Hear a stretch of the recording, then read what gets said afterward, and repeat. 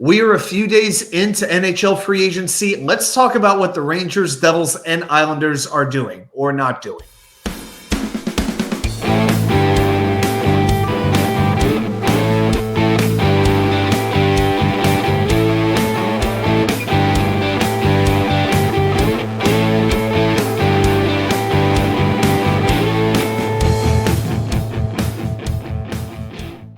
And whoa.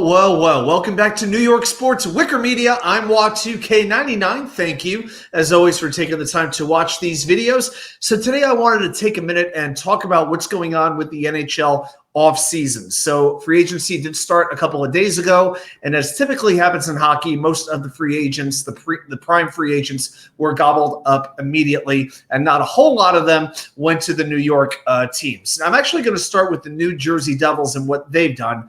And after the tremendous disappointment they had last year, it was all about becoming a harder team to play against. It was about defense. They had already made the much-awaited trade to get Jacob Markstrom from Calgary to play goalie.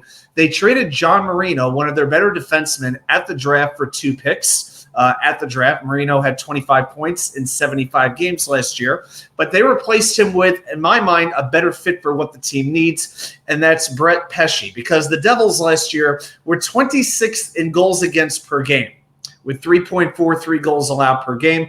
And Pesce, he played his whole 9-year career in Carolina. They signed him to a 5-year, $6.125 million per year, so a little over $31 million, around $31 million total. He's 29 years old, but I can tell you with Pesce, he's averaging about 21 minutes per game.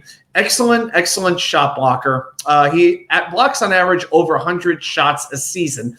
He's not the most physical defender, but he's very good at taking the puck away. He's very, very smart. And with the playoff history that he has in Carolina, I think that's going to help the Devils' defense tremendously.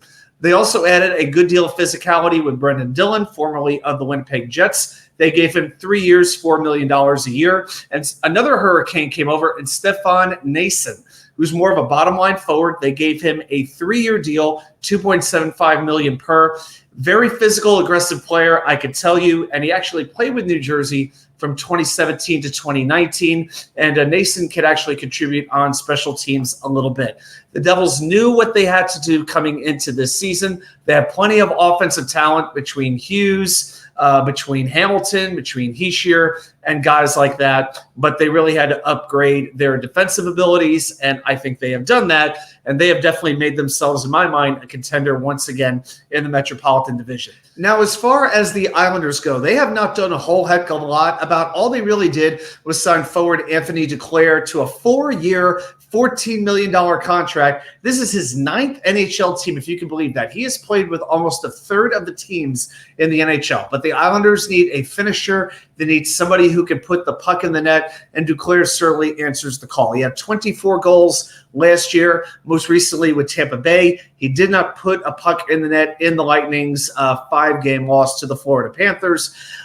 I don't know. Duclair has a tendency to get traded rather quickly. The fact that the Islanders were willing to commit to him for 4 years is something else. But at $3.5 million per year, it's not really a contract that's going to make you raise your eyebrows all that much. But is it a needle mover for them? I really don't think so. I still feel like the Islanders are smack dab in the middle of the Metro Division. Now, as far as the New York Rangers go, my gosh, their fans, and I am a Rangers fan, but my gosh, some of their fans need to come off the ledge.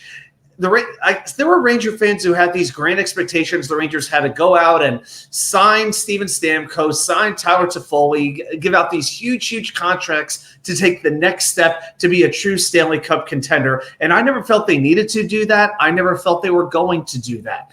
This team, their biggest signing was Sam Carrick. And my first question on Twitter when I saw the signing was, who is a Sam Carrick? I mean, what is that? What is a Sam Carrick?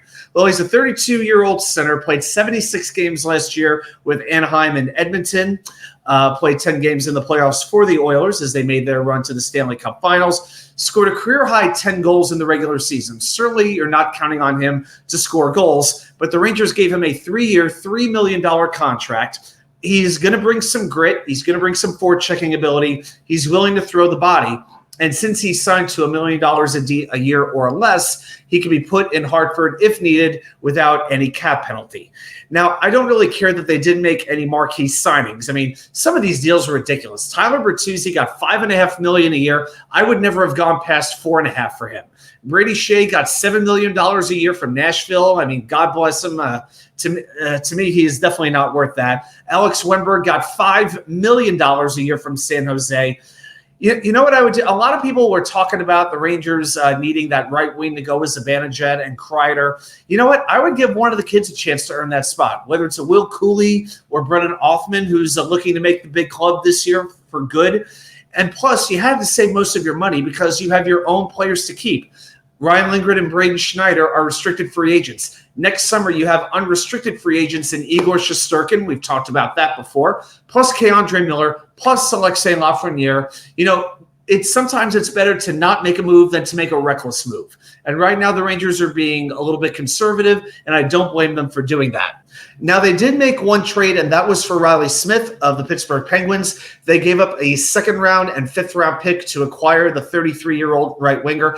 This is going to be Smith's sixth NHL team. He's a decent producer. He's nothing that you're going to get overly excited about. I do like that he helped the Knights win a Stanley Cup back in 2023. It's a $5 million cap hit, but Pittsburgh will retain 25%. So the Rangers cap hit is only $3.75 million.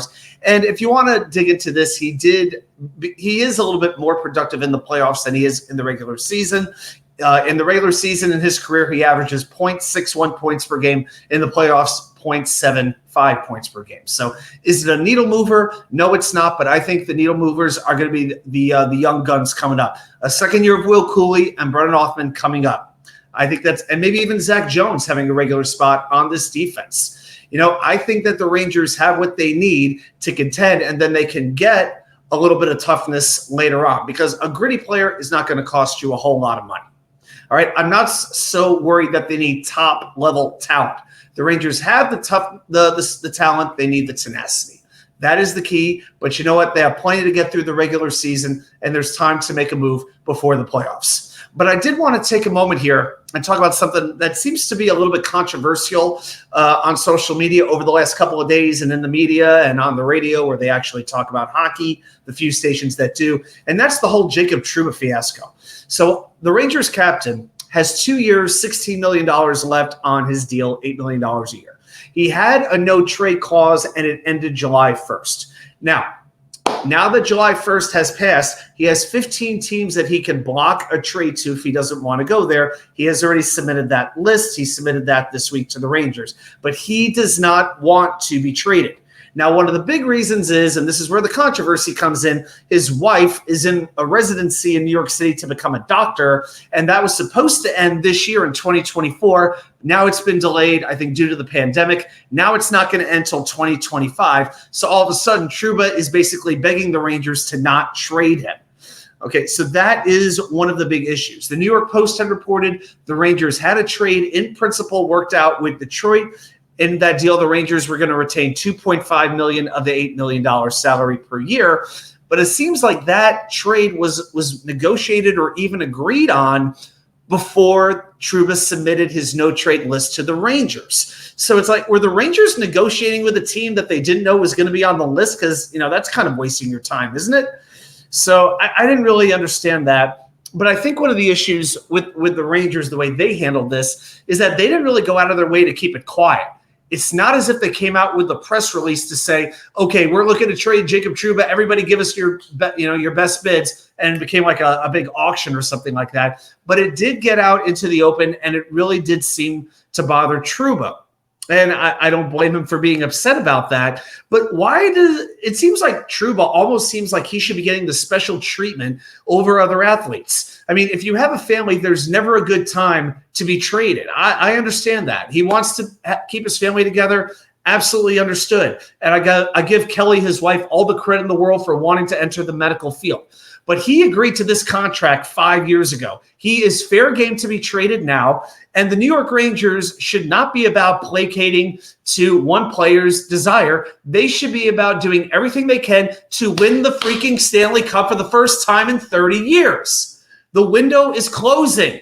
So to me, whatever helps put the best roster together, that's what you do. Now, at this point, the Rangers may as well just keep Trouba because all the big free agents have already signed deals. You're not going to replace him, okay? People say, oh, he's just your third pair defenseman. You know what? Jacob Trouba brings a physicality that almost nobody else does on this team. Plus, he's one of the better penalty killers on this team as well. You can't just go out and replace that all of a sudden. My personal feeling is next year Trouba will be traded or bought out. Okay, with 1 year left, not a big deal to buy somebody out. At that point, you're going to need more money to sign Miller, to sign Lafreniere, to sign Shesterkin as well.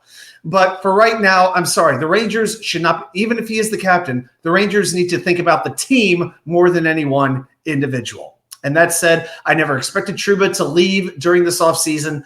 And the fact that nothing happened during the first few days of free agency or during the draft, it's all the more sign that number 8 will still be the captain for the Rangers next season. And there's a lot of Ranger fans who are unhappy about that. They need to just get over it. Because if the biggest thing you're worried about is who's got a letter C on their chest, that should only be the biggest issue. I'm still worried about getting more grit and physicality on this team, and Trouba provides as much of that as almost anybody on the New York Rangers roster. Well, those are some thoughts on NHL free agency. If you have thoughts about any one of these teams, put it right down there in the comments, and be sure to join us live at now 6 p.m. every Wednesday night for the Wednesday Night Live show. Thanks, everybody, for joining us today, and I will see you right back here with more content from, well, you all know where it is by now, right? The Wicker Chair.